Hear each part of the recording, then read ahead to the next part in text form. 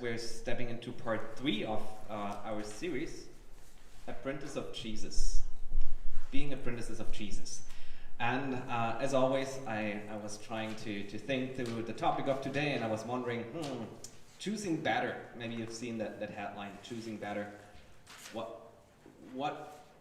How do I actually make decisions? How do I choose things? What does it mean to me to rethink how do I choose even better? And I realized that it very much depends on what kind of shoes I wear. It depends on what kind of shoes I wear, because my shoes change how I make decisions. It sounds funny, but it's true. I brought the examples too. First, I have my hiking boots here. I come from Germany, very close to the Alps, so hiking is something that we did quite a bit, and it's always fun, especially with family. But hiking boots, you don't just put them on and start walking. You make a plan, you need a strategy, you think about how do I find the best way to get from A to B? What's the most efficient way? And then it's also connected with a lot of work. When I wear my hiking boots, I often think about things twice and think about the long-term effects of it. Then there's my casual footwear, the casual shoe. I wear this one when I'm out with people and I just want to fit in. The main question for me is what are the expectations of me?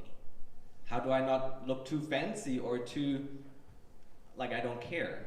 How am I just part of society? What's the social norm? How can I try to fit in well? Very different when I wear my sports shoe.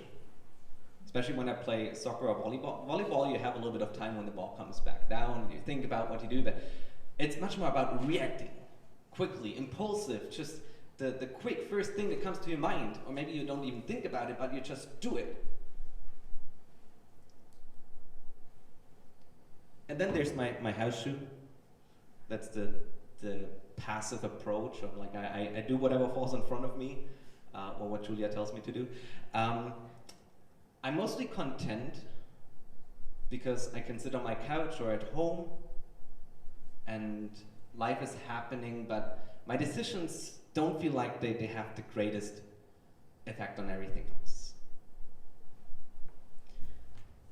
And it feels like, what kind of shoe I wear really changes how I make my decisions, how much I think about it, what I take into my evaluation of like what's the best thing to do. And all of these shoes have advantages and disadvantages. The hiking shoe gets things done, but it also has the tendency to become a workaholic. The casual wear makes me fit in, it makes other people feel like they belong and fit in. But it also has the tendency to make me a people pleaser. The sports shoe really brings some quick joy and happiness into situations and some surprise moments. But it also has the tendency of low commitment and maybe forgetting what long-term effects are coming with it, not seeing the whole picture. And the house shoe, well, it really brings some rest and some peace into a life when you can just sit there and you don't have to worry about things. But it has the tendency to bring laziness in there too. And I don't know, maybe you think the picture is totally out of the world and it doesn't matter what shoes you wear. Basically, I think we have different ways how we make decisions. And we cannot just say one way is the right and the best way and the other one is always the wrong way. It depends on the situation, it depends on your character, on the people you are with, and I for myself would say like I have a tendency what shoe I wear the most. So like character-wise, I'm a sports shoe. Wait, I wrote it down. So I'm a casual sports shoe trying to go hiking. So I want to fit in and would love to be more flexible, but I try hard to be more strategic and like get things done as well. And the story that we want to look into today is talking maybe about two people that have interesting different mixtures. One of them is more the casual hiking shoe, and the other one is more the sports shoe running around at home. Two people that feel like they make very different choices and make their choices in very different ways. And these two people are Mary and Martha.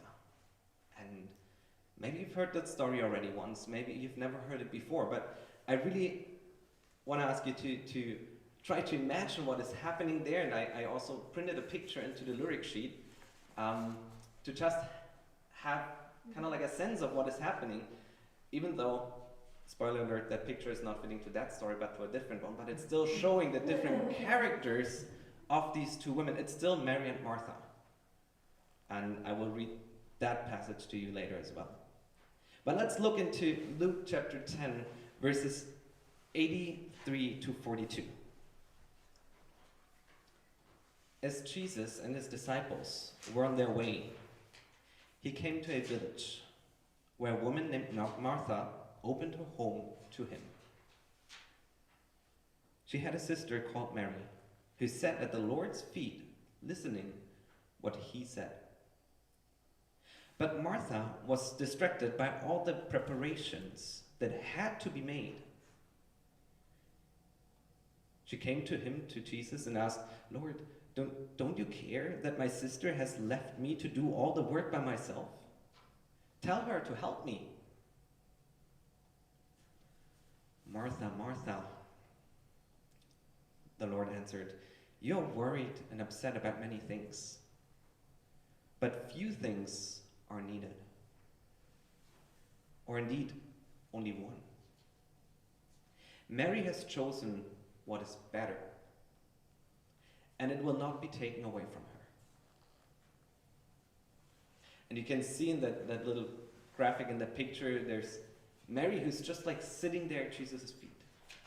And Martha in the background, a little touchy, being annoyed that the little sister is not really doing what she could be doing or is supposed to be doing.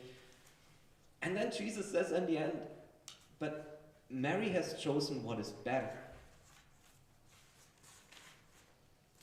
Why? Why did Mary choose better in that situation? I think there's 3 points that we can see why Mary chose better in that situation. She's looking for orientation in a better place than Martha does. She has a better focus, and she has a better goal. Better orientation, better focus, better goal, all that together makes her decision a better choice. So let's look into that quickly. First, she's looking for orientation in a better place. Where does Martha get her orientation from? What voices does she listen to? It basically says she's doing the preparations that had to be made, that she needed to make, that she thought she needed to make, because Martha is a child of her culture and her society, and she listens to what a woman in her household, and she is the woman of her house, like she is the boss of the house and has to take care of the guests that she invited. She has to be hosting. That is her role. And she has to fill that out. So she's very much listening to the social norms, to the expectations of others, and to her inner voice. I have to do that. I really have to do that so I can be who I am ought to be, like who I have to be according to what everyone else says. Where's Mary looking for orientation? She's sitting there listening to Jesus. I think the decisions we make in every area of our life, whether it's about relationships, about money, how we use our money, it's about how we use our time, every decision reflects who we listen to and who we trust most. And that goes quite deep, because what voices are you trusting? What are the voices you listen to when making decisions? Is it an inner voice that just makes you feel like, yes, that would be the right thing? Is it the media? Is it society? Is it a norm that you feel like you have to fulfill? Is it maybe what friends say? Is it what your pastor says? Sorry. Or is the voice you can trust most actually the voice of God himself? Where do you look for orientation? I think, and it's kind of shown in how Martha reacts, if we don't learn to listen to and trust Jesus over everyone else, then we will always be worried and upset about many things. That's what it says about Martha. What Jesus says about Martha, you're worried and upset about many things because she's worried because she doesn't have hope for something greater than what's in her own limited power. She will always be reduced to what she can do and what people see in her. And she's upset because she has no grace for others and no grace for herself. Because she cannot live in mercy and grace if no one gives it to her. So the more we stay in what the people tell us, what society tells us, what we tell us ourselves, the more we will be stuck in this worrying and being upset about everything that's happening around us. Being upset about the people that never live up to our standards. Worrying about the things that are to happen, worrying about what I should do. What voices are you listening to? And I think Mary chose better because she chose to listen to Jesus in that moment. The second, Mary has a better focus. What is Martha focusing on? Very much on doing the proper thing, doing the right task, and doing that task well. While Mary doesn't focus on the task and how to do that task, but she's focusing on the person that it's all about. I don't know if you know such situations where you start doing things, especially when it comes to hosting. I know that when we host people, I become that super host that runs from the kitchen to the dining table and back and forth and wants to do everything so the guest feels welcome. And after 10 minutes, I realize I haven't even asked one question. And I don't even know what the person actually came for or needs or what's on their heart. And in all that, trying to do the right thing and trying to do it right, I forget that it's actually about people and the person. And I had another situation like that when we started our Alpha course just recently. And I had this idea we could transition from our Bible study group into become the team to start the Alpha course and invite people in to learn about Jesus and hear more about who he is. And Jörg agreed with that idea and liked it because he had this idea of an Alpha course in his mind for longer already. So I was excited about that, and I introduced it and I kind of pushed people towards that. And let's say 50-50. 50% was excited and said, yes, that's the right thing, and 50% didn't say a lot. And later they were honest and said, wow, that was quite fast. That I don't know what's happening here. I don't feel super comfortable. And I realized that I, in that moment, had an idea, had my task, had this hope where to go and my goal set, and I was working toward it. I was communicating in my ways. And I forgot to listen to the person, to the people that I wanted to take with me. And in all that, I had a wrong focus because I focused on the task and the outcome of the task more than the people I was working with. And I'm really sorry for that. And I think especially when we try to solve problems, it is easy to jump right into action instead of trying to understand the whole story, and especially the effect that it has on other people and what these people really need. And even more, if we do that, it might even distract us from the people. It says Martha was occupied. She was distracted with all the things that needed to be done, that she had to do. And in that, she forgot about the people that she did it for.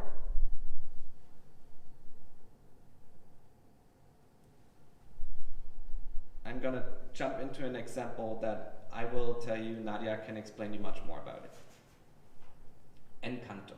I heard a lot about this movie, Disney movie, and I tried to get around it, but after getting a 1 hour lesson from Nadia about how important this movie is, it's a fun Disney movie about a family that really tries to keep things up, lives in perfection. It's playing with this idea of they have the magic and give it to everyone, and it's the perfect family. Everyone has a gift. Everyone is working hard to make everything work. And then things fall apart a little bit, and things don't work out that well. And suddenly, they're all struggling to keep it up because they wanted to do the right thing so badly all the time. And everything feels like it's falling apart. Literally, that house that they live in falls apart. And the crucial moment of the movie is when the main character starts to understand the grandma that's just trying to keep it together, the sisters that are kind of like cursed with their gifts because they always feel like they have to be perfect and do it right. And in that moment, she tries to understand everything changes because they start to work together for something much greater, instead of just trying to keep it up. And as I said, Nadia can give you much more information about the movie, but I think it's such a great picture of like everyone tries to do their best all the time. I think you try to do your best with your life. I try to do my best, but I see like in my own life how much I fail to recognize what the people around me really need, what they're suffering with, what their burdens are, and how I'm sometimes not helpful, but just trying to keep going instead of trying to understand the person. And something that Mary does is that she sits at the feet of Jesus and listens and gets to know him, which will eventually put her in a much better position to act in a way that serves Jesus best. And that happens in that story that fits to the picture, that completely fits to the picture that I printed into the lyric sheet. In John chapter 12, Jesus is back in the house of Martha. In between, Martha and Mary's brother Lazarus had died, and Jesus came, and 4 days after Lazarus died, he came back to life through Jesus calling him out of his grave. And now they're all sitting together and celebrating that. And 6 days before the Passover is what it says in John chapter 12, verses 1 to 8. Jesus came to Bethany where Lazarus lived, whom Jesus had raised from the dead. Here, a dinner was given in Jesus' honor. Martha served, still serving, still a good host, while Lazarus was among those reclining at the table with him. Then Mary took about half a liter of pure nard, an expensive perfume. She poured it on Jesus' feet and wiped his feet with her hair. And the house was filled with the fragrance of the perfume. But one of his disciples, Judas Iscariot, who was later to betray him, objected, "Why wasn't this perfume sold and the money given to the poor? It was worth a year's wages." He did not say this because he cared about the poor, but because he was a thief. As keeper of the money bag, he used to help himself to what was put into it. "Leave them alone. Leave her alone," Jesus replied. "It was intended that she should save this perfume for the day of my burial. You will always have the poor among you, but you will not always have me." Apparently, by listening to Jesus, Mary understood so much more about what Jesus came for. And she brought this perfume, this oil, to anoint Jesus before he died. Kind of like to put this perfume on him that normally is put on dead bodies when they are put into the grave. By listening to Jesus, Mary understood that Jesus had come to die for her and for all of us.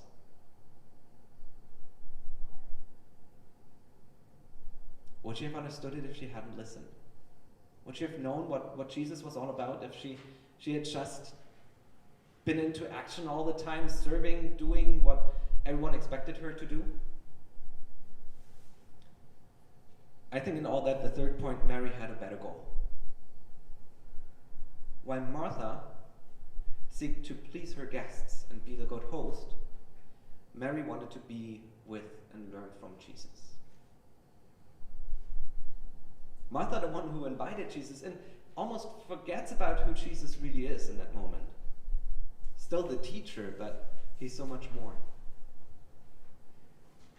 And what Mary does is she realizes that I have to listen to this man because that might be the one who changes history. The Son of God coming to this earth. And Mary says, well, screw all those social norms. I want to sit at the feet of Jesus. And she does something like she does not host what she was supposed to do, and she sits with the disciples. But as a young woman, that was not what the norm was. It was not even allowed for from other rabbis, teachers at that time. Jesus allows it. Jesus allows Mary to break the norm, the social norm and expectations, so she can be with him. And while Martha will always, with that attitude, have to fight to keep up the status quo, to keep it together, kind of like the family in Encanto. Really, watch the movie.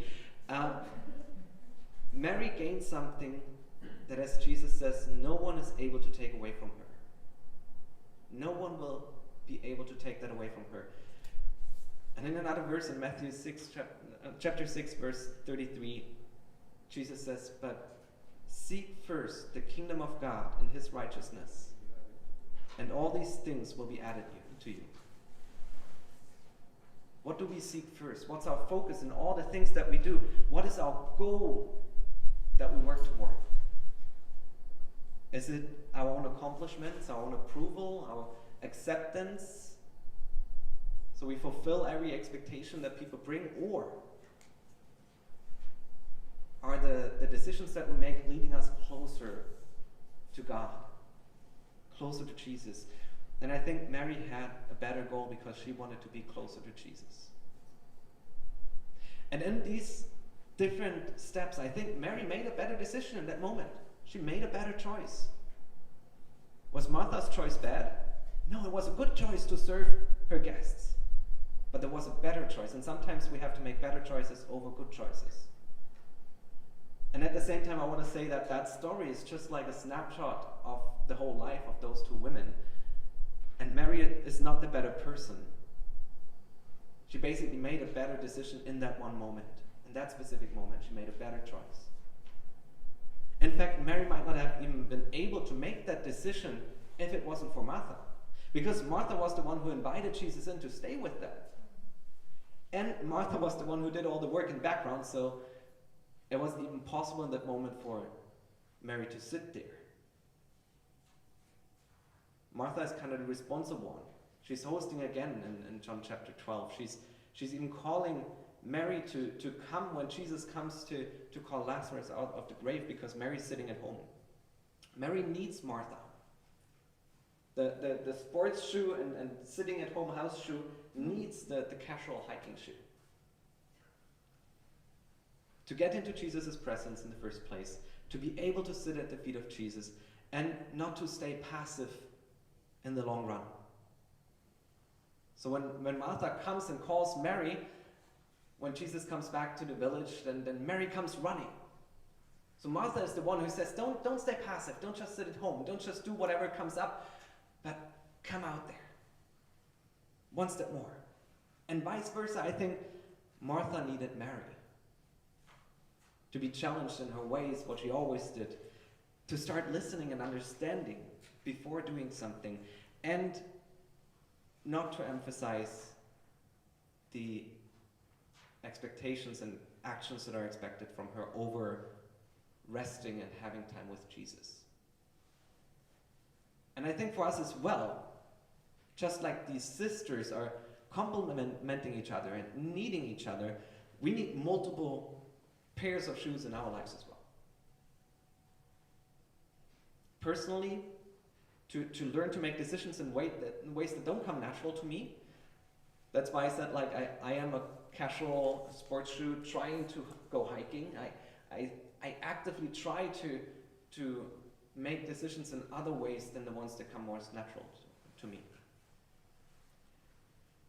We also need other pairs of shoes in a way to surround ourselves with people that complement and challenge us. Do you have such people like Martha who has Mary and Mary who has Martha kind of push you out of your comfort zone, push you out of your normal decision-making process, so you can learn to choose better. And if you have these people, and if their behavior is frustrating or annoying, yeah, it could be that they're wrong. That they're wrong in that situation. But there might also be a chance that their actions, how they do things, how they make decisions, are pointing to an opportunity for you to connect better with God and to grow. An opportunity that you might be missing out right now. And I want to close with that picture of, do you have different kinds of shoes in your life? Personally, different shoes that you put on, and to the people that you surround yourself with. Because I think that's crucial. And it really helps us to make better choices. I want to pray at that point before I explain how we continue. Jesus, I thank you for this story of Mary and Martha, to women that invited you into their lives and went the path with you. It's not just that one story, but like they were really believing in you and following you. And when their brother died, they called you to help them in their desperateness. And that really shows that in their hearts they knew that you are the Son of God. And I pray that you help us to make better choices in our lives that have the right focus and the right goal. And please send us people that complement us and how we can live our lives and make the best decisions that bring us closer to you and others with us.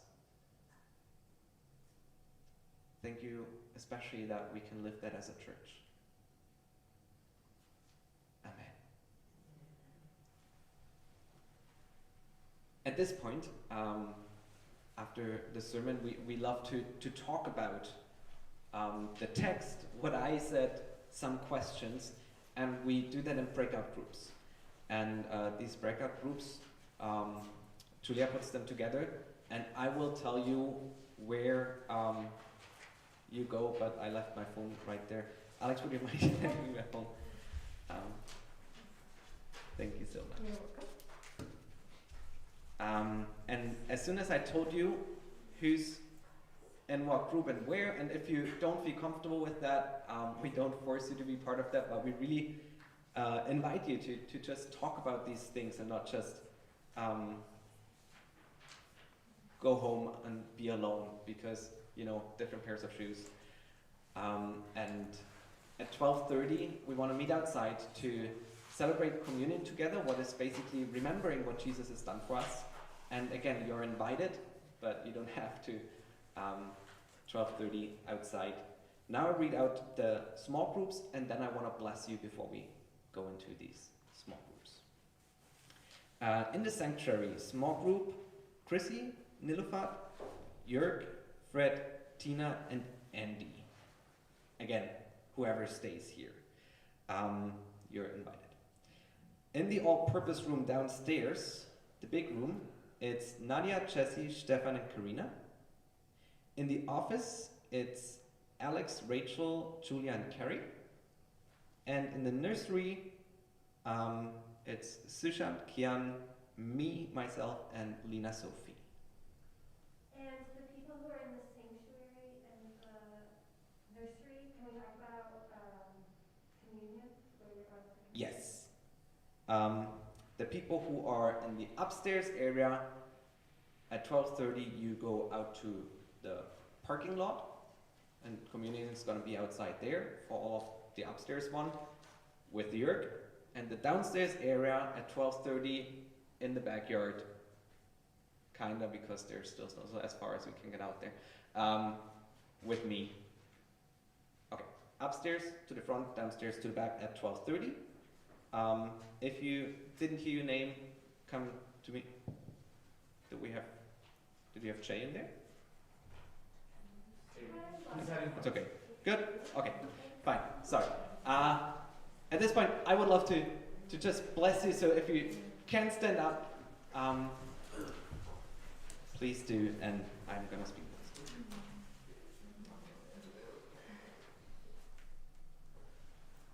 Be blessed in the name of Jesus, who really cares for you, who loves you, who wants to come into your house, into your life, into every situation, and who wants to be a listener, but also the one who speaks into your life with power and life-changing words. May He bless you with rest and peace and good ears to listen to His word. Amen. So small groups, and for everyone who's online, we don't have a small group online, but take the questions and think it through.